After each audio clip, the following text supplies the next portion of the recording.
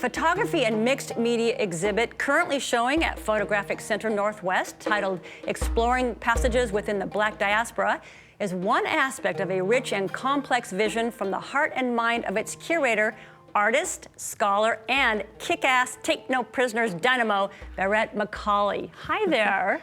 Thank you for that introduction. That's a good one, isn't it? And it totally fits you. Totally fits you. So the exhibit at Photographic Center Northwest, also known as PCNW, is one prong of a bigger project called MFON In Seattle. So we're going to get into the aspects of the project as a whole, but let's start out with how MFON In Seattle came about. Okay, so to tell you that, I have to give you a little background on what MFON is. Okay. And MFON SEN is the name of a photographer, an artist from New York who died a few years ago. And Adama Delphine Fawundu and Leila Amatullah Baren are two photographers who wanted to honor her life's work by making a book that included 118 photographers from around the world, Black women photographers from around the world. And they decided to name this book after her.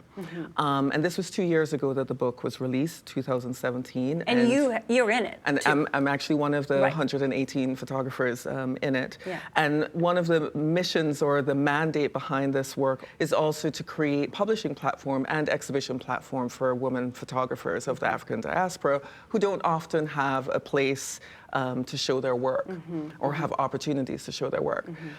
So the book had a lot of really positive reception around the world. So I asked them if I could just reach out to a couple of institutions and organizations here, and that's when PCNW, Terry Novak, and Michelle Dunn-Marsh were the first ones on board to say, yes, we're really interested in doing something with them. And then Nagara Kudumu at Fry Art Museum and Emily Zimmerman at Jacob Lawrence Gallery also joined us. And then we got together to do this program. A big thing, right. Right. Right. Okay, so let's break it down. 3 components, 3 local institutions. Like you said, the Fry Art Museum.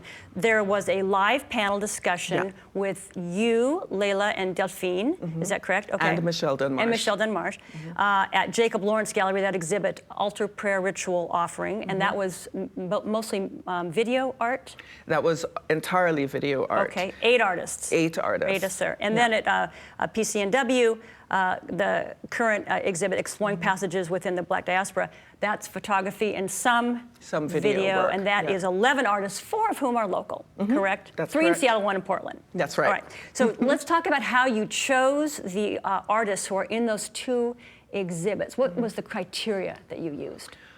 Well, the entire program, much like the mandate of the book, is to have a global lens on this. So it's to include photographers from North, South America, the Caribbean, Europe, the African continent, to have a world view of what Black life is and what Black stories are, and how those stories are being told through a woman's lens, so that we can open up the idea of what Blackness is, so that there isn't one way of seeing what Black life is about, or what environments Black people are living in, or what stories or hardships or joys or triumphs they're experiencing, because there's a lot of presumptions about what Black life is here in America particularly, because there's just a lack of interaction or exposure. So we wanted to make sure that we unflattened that view and showed the multiplicity of Blackness, and have the opportunity for that conversation to happen visually, and for Seattle audiences and publics to engage that. I love that, unflattened. That's a great way to put it.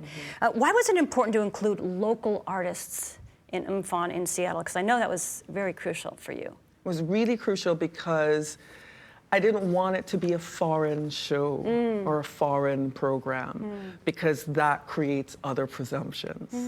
When you make it local and you create stakes that people can take ownership of, then it becomes a conversation, right? So it was important to have the point of view of PNW artists, and for PNW artists to see themselves or to see their colleagues on the wall in conversation with artists from far afield that they do not normally engage, because that's a whole other way to create curiosity and better investigation of other cultures. And the response from the local community and the local artists who were involved, I mean, I'm guessing it was a pretty big deal. Yeah.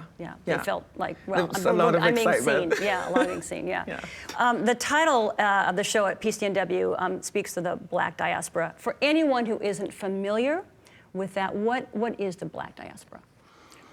I guess if you think about what diaspora is, it's just people from a particular heritage or nation that are spread beyond the borders of their origins, right, around the world. Dispersed. And so the Black, dispersed. So the Black diaspora is the Black people of the world. Now you have your own personal story of feeling dispersed or not feeling like you belong. So how does that story, your background, tie into this project, or does it? It definitely ties in. It influences pretty much anything I get involved in or I'm interested in or investigate myself in my studies or in my work, is because I was born in West Africa in Sierra Leone, and my parents moved to Jamaica when I was quite young. For political reasons. There was a coup in my country that forced my parents to make that decision.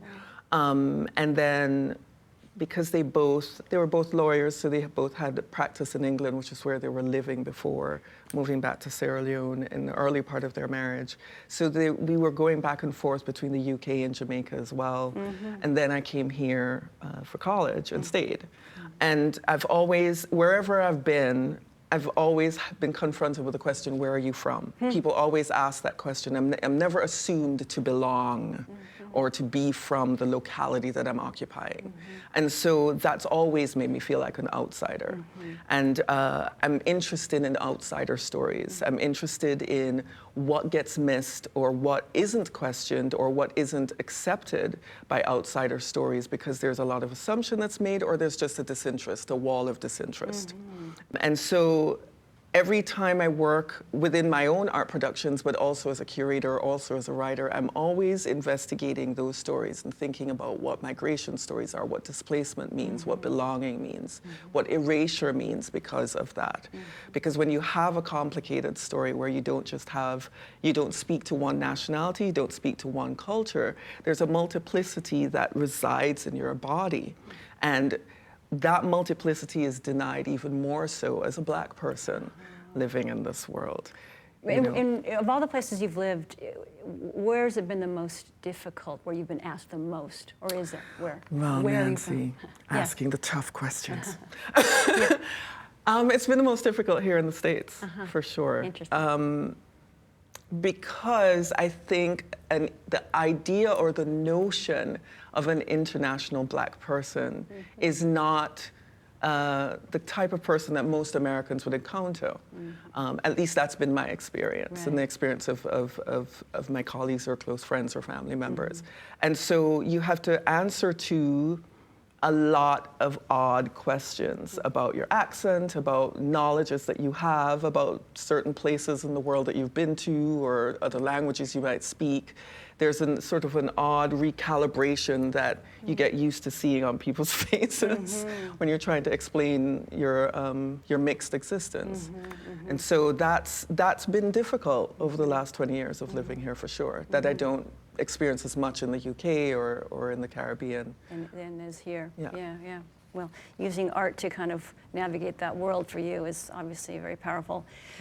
Well, getting this project off the ground has obviously been a gigantic undertaking. What have you learned along the way, or what specific things have really stuck with you? Well, take better care of yourself. When you're in the midst of doing something? While you're in the midst of doing something, because I have to put it out there that I've been doing this while being a grad student at UW-Bothell. At the U, getting your master's. Yes, I'm getting my master's in cultural studies at UW-Bothell. And doing that as a full-time grad student while doing this project has been no joke. But I've also learned I've learned what it means to keep kicking doors down, and that you have to keep kicking doors down even at the yes. And that will be a lesson you'll take forward in the rest of your life. Absolutely, absolutely, in everything that I do. Right, absolutely. You can't rest on your laurels. No, there's nothing there for that. Well, thank you so much for coming down here and talking to us about your fantastic project. Exploring Passages Within the Black Diaspora runs now through March 19th at Photographic Center Northwest, and a catalog featuring archival images of every MFON in Seattle artwork will be available at the gallery as well. Thank you so much. I look forward to seeing what you do next. Yeah. And I do too. Rest. It'll come, yeah, rest. It'll come to you. It'll come to you. Thank you so much. Thank you so much for having me. It's great to have you.